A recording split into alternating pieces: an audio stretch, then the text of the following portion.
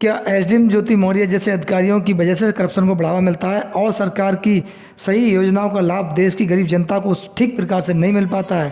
क्या बीना मानवी जैसे समाजसेवी गरीबों और पीड़ितों की सेवा करने के नाम पर अपना निजी हित और स्वार्थ सिद्ध करते हुए भ्रष्टाचार को बढ़ावा देने में सहायक बनते हैं, या फिर वास्तविक सच्चे समाजसेवी हैं?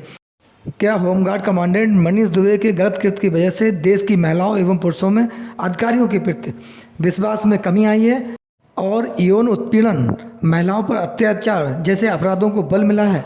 नमस्कार इंडियंस, आज के एपिसोड में आपका बहुत बहुत स्वागत और अभिनंदन है। मैं आपका दोस्त देवेंद्र पटेल अपना इंडिया से। दोस्तों, आज हम इन प्रमुख 3 बिंदुओं पर आपसे विस्तार पूर्वक चर्चा करने के लिए आपके समक्ष हाजिर हूँ। दोस्तों, हमारे देश की एक बहुत बड़ी विडंबना है।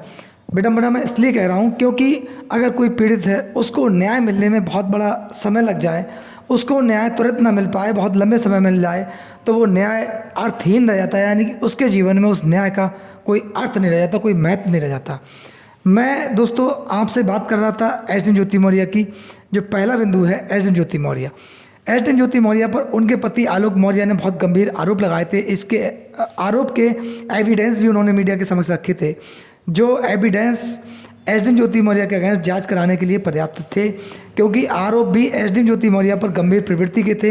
यानी कि अवैध धन वसूली के आरोप, करप्शन के आरोप, अवैध प्रेम प्रसंग के आरोप और हत्या रचने की साजिश का आरोप, जो सभी आरोप बहुत गंभीर प्रवृत्ति के थे, जिसके एविडेंस उन्होंने मीडिया के समक्ष रखे।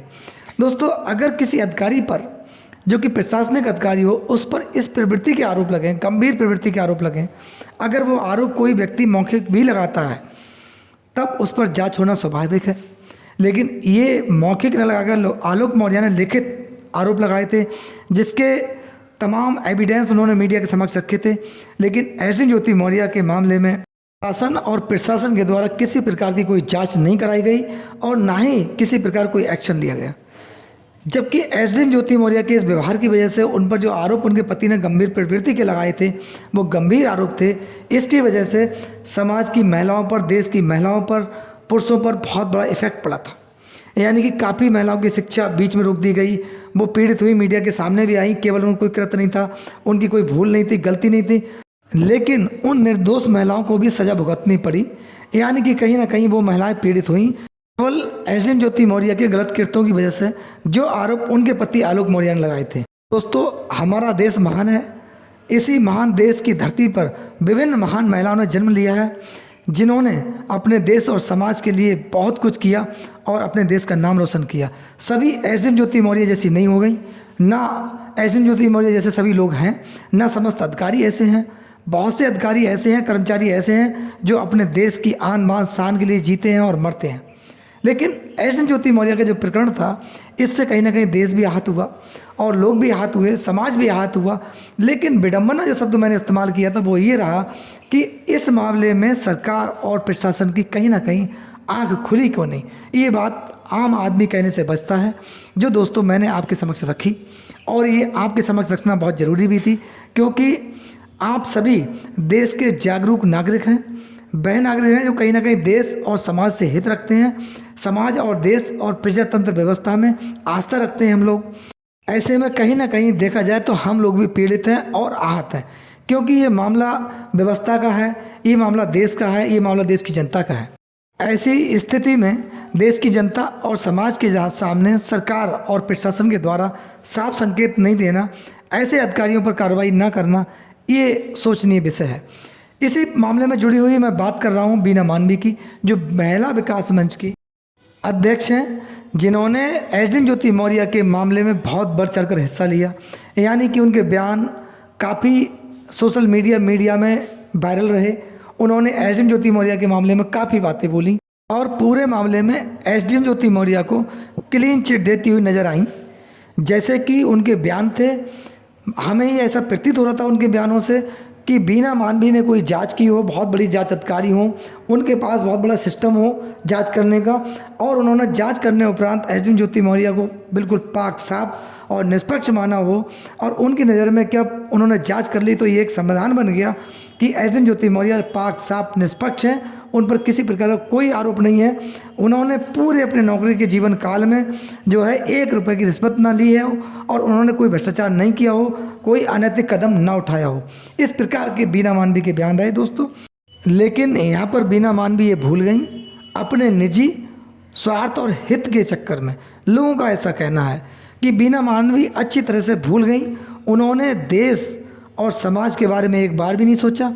जिस प्रशासनिक अधिकारी पर इतने गंभीर आरोप लगे हों, जिस अधिकारी पर ऐसे आरोप लगे हों कि जिससे समाज की देश की नींव जो है वो खोखली होती हुई नज़र आ रही हो, उस मामले में, भ्रष्टाचार के मामले में, अवैध धन वसूली के मामले में और पद की गरिमा को गिराने के मामले में बीना मानवी ने देश की जनता के सामने या मीडिया के सामने एक बार भी एक लाइन नहीं बोली। ऐसा लोगों का आरोप है, कहना है कि बीना मानवी के द्वारा अपने निजी हित और स्वार्थ इस पूरे प्रकरण में सिद्ध किए गए।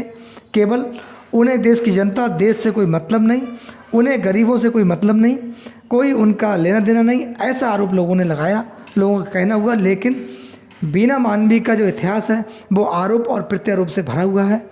कुछ लोगों का कहना है कि बीना मानवी एक बहुत बड़ी समाज सेविका हैं, वह गरीबों की, पीड़ितों की मदद करती हैं, उनके द्वारा बहुत लोगों की मदद की गई है। कहीं ना कहीं बीना मानवी ने समाज में अपनी जगह बना ली है, लोग उनको एक आइकॉन की दृष्टि से मानते हैं, लोगों का ऐसा भी कहना है। लेकिन दोस्तों इसमें आपका क्या कहना है, आपकी इसमें क्या राय है, ये अपनी राय, विचार बिंदु हमें ज़रूर भेजें। तीसरी बात हम दोस्तों करते हैं यहाँ पर मनीष दुबे की। मनीष दुबे की बात यह है, मनीष दुबे पर गंभीर आरोप लगे, महिला होमगार्ड ने लगाए, उनका विवाद अपनी पत्नी से चल रहा है। मैं ये नहीं कह रहा पत्नी से पहला विवाद किसी पुरुष का चल रहा हो, लेकिन एक प्रशासनिक अधिकारी है, उसकी पत्नी ने बहुत गंभीर आरोप लगाए कि इनके 3 अन्य महिलाओं से विवाह हो चुके हैं। जबकि जब तनु पाराशर से उन्होंने शादी की, प्रेम विवाह किया, उससे पहले उन महिलाओं के साथ विवाह किए, उसकी पुष्टि उन्होंने खुद की है, नाम बताए हैं लोगों के सामने और उन्होंने उनके पूरे एड्रेस दिए हैं। लेकिन यहाँ पर चीज़ ये है, अगर मनीष दुबे ने उन महिलाओं से शादी की तो उनसे क्या उनकी तलाक हो गई थी? कानूनी रूप से दोनों अलग हो गए थे तीनों लोग। अगर नहीं हुए तो रीमैरिज की मनीष दुबे ने, उनके अगेंस्ट मुकदमा बनता है।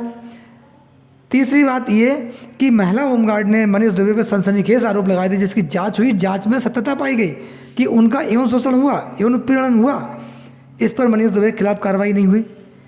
ये दोस्तों क्या है, अगर ऐसा देखा जाए, ऐसे अधिकारियों के रहते हुए और किसी पीड़ित को न्याय ना मिले और उसमें पीड़ित को उल्टा डराया धमकाया जाए, डरे महसूस करे, जैसा कि आलोक मौर्य के मामले में लोग कह रहे हैं। अब जो महिला होमगार्ड थी उस पर कह रहे हैं, अन्य 2 महिलाओं ने और आरोप लगाए, उस मामले में कह रहे हैं। अगर कहीं ना कहीं इस प्रकार के आरोप लगे मनीष दुबे पर, जांच नहीं हुई, कोई कार्रवाई नहीं हुई, तो पीड़ित व्यक्ति तो पीड़ित हो गया। हर व्यक्ति कहता है देश में गरीबों के लिए न्याय दिलाएंगे, गरीबों को न्याय व्यवस्था होगी, गरीबों के बारे में सोचेंगे। तमाम भाषण, चाहे नेता हो, अधिकारी हो, कोई भी हो, गरीब की बात करता है। दोस्तों हम यहाँ पर एक बात आपसे कहते हैं, उसका जवाब आप हमें ज़रूर लिख कर भेजना कि हर व्यक्ति गरीब की बात करता है, गरीब को उत्थान की बात करता है, गरीबों के लिए योजनाएं बनती हैं, गरीबों को तमाम कार्य होते हैं, लेकिन कभी गरीब व्यक्ति रईस क्यों नहीं हो पाया? कभी गरीब व्यक्ति गरीबी से ऊपर क्यों नहीं उठ पाया?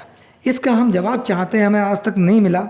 जबकि इसके उलट देखो, कोई भी नेता या कोई अधिकारी कभी किसी अमीर व्यक्ति की बात नहीं करता कि हम अमीर आदमी का साथ देंगे, अमीर आदमी के साथ रहेंगे।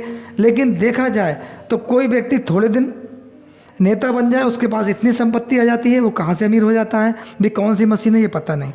कोई व्यक्ति थोड़े दिन के लिए किसी पोस्ट पर लग जाए और नौकरी में चला जाए, कोई अधिकारी बन जाए, उसके बाद उसकी संपत्ति का आकलन करना, जिस दिन उसकी नियुक्ति हुई थी उसके बाद चंद 10 सालों के अंदर वो व्यक्ति कितनी संपत्ति का मालिक बन जाता है, इसका आप आकलन करके देखना।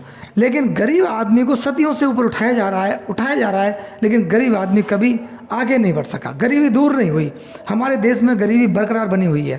अपनी राय जरूर दें। बहुत बहुत धन्यवाद। नमस्कार, जय हिंद।